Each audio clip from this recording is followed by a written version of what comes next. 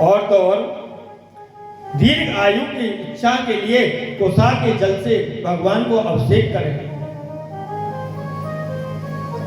पुत्र की कामना करने वाले व्यक्ति को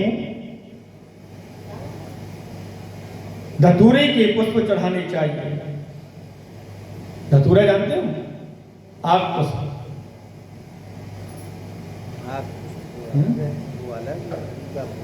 जिसमें धतूर फल आता है, धतूरे भगवान को चढ़ावे। और लाल झंडी वाले धतूरे के पुष्प उत्तम माने जाते हैं। मन को स्थिर और निर्मल बनाने की इच्छुक साधक को निर्गुंडी के पुष्प भगवान को अर्पित करना चाहिए। हे ब्राह्मणों, निसंदेह भिन्न भिन्न पुष्पों के अर्पण करने का पृथक पृथक लाभ एवं फल है, परंतु मूल तत्व है श्रद्धा। मूल तत्व क्या है? श्रद्धा से पुष्प जब भी लेकर के आए, उनको चुन करके लेके आए, तो भगवान का भाव, भगवान का नाम मन में होना चाहिए, मुख से निकलना चाहिए। श्रद्धा पूर्वक ऋतु विशेष में विकसित एवं सुलभ लाभ होने वाले पुष्पों के समर्पण कहीं चढ़ाने से अभिष्ट फल की प्राप्ति हो गई। तो सूत जी महाराज कहने लगे, यदि किसी गृहस्थ को ऐसा अनुभव हो कि अकारण शरीर उच्चाट होने लगा है, तो उसका अपने प्रियजनों से संबंध शिथिल होने लगा है, तो शारीरिक दुखों की वृद्धि होने लगी है, अथवा घर में कलह बढ़ने लगा है, तो व्यक्ति को दूध से लिंग का अभिषेक करना चाहिए। तदधारायाम कतायाम वै सर्वं दुःखं विलीयते। शिवलिंग पर शर्करा मिश्रित दुग्ध धारा के प्रवहन से सभी दुख, क्लेश, संताप एवं क्षोभ बह जाते हैं। शत्रुओं से प्रतिशोध लेना अभिष्ट हो,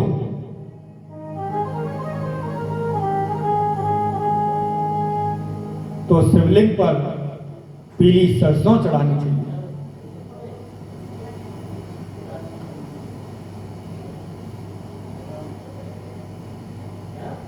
गन्ना के रस, मधु, गंगा जल तथा पुष्प चंदन आदि से सुवासित जलधारा से भी अविष्ट शुभ लाभ प्राप्त होता है।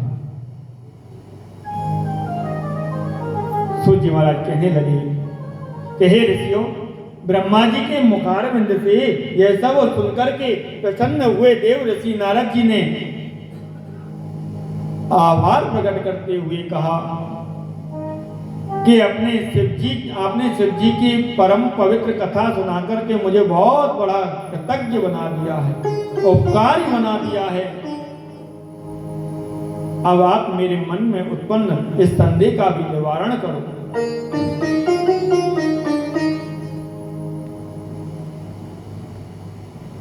कि भगवान शिव के स्तंभ रूप में आप दोनों भगवान विष्णु और ब्रह्मा जी ने 12 और हंस का रूप क्यों धारण किया?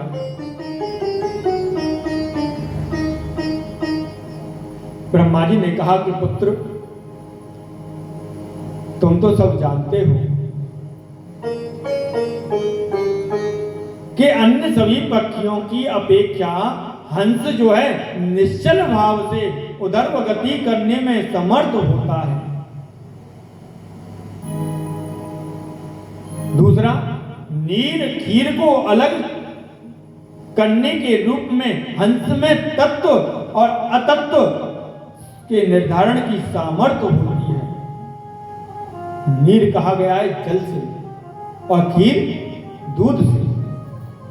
दूध में कितना भी पानी मिला हो और हंस के सामने अगर उसको रख दिया जाए तो दूध को हंस पी जाता है, पानी को छोड़ देता है। कितना भी पानी मिला हो, ऐसी सामर्थ्य होती है हंस में।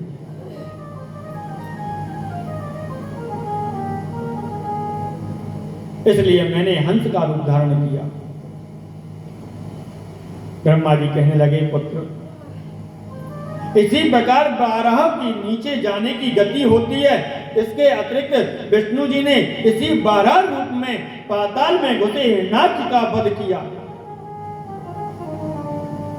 और वध करके वेदों को मुक्त किया है। इसलिए शिवलिंग की गहराई जानने की इच्छा से भगवान विष्णु को 12 का रूप धारण करना पड़ा।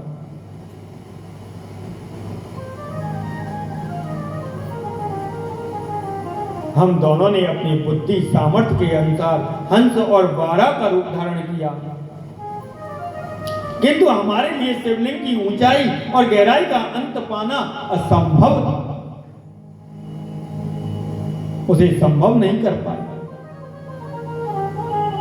कि शिवलिंग की ऊंचाई कितनी है और गहराई कितनी है। बहुत परिश्रम किया, लेकिन परिश्रम के उपरांत भी हम असफल रहे, सफलता नहीं मिली। हम दोनों को शिव जी के शरणागत होना पड़ा। शिव जी ने हमें आकर के दर्शन दिए और मुझे सृष्टि रचना का और भगवान विष्णु को सृष्टि का पालन करने का दायित्व सौंपा है।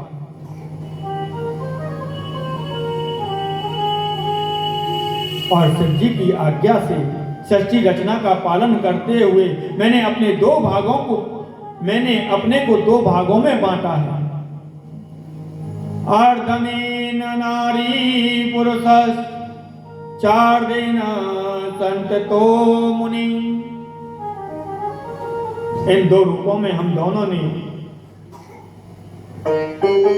एक पुरुष और एक नारी, स्वयंभू मनु और सतरूपा, इनसे भई नर सृष्टि अनुपा, इनसे भई नर सृष्टि अनुपा। पुरुष रूप में मैं स्वयंभू मनु बना और स्त्री में शत्रुपा, और हम दोनों ने के दो पुत्र हुए, प्रियव्रत और उत्तानपाद, तथा 3 पुत्रियां हुई, आकुति, देवहूति और प्रसूति।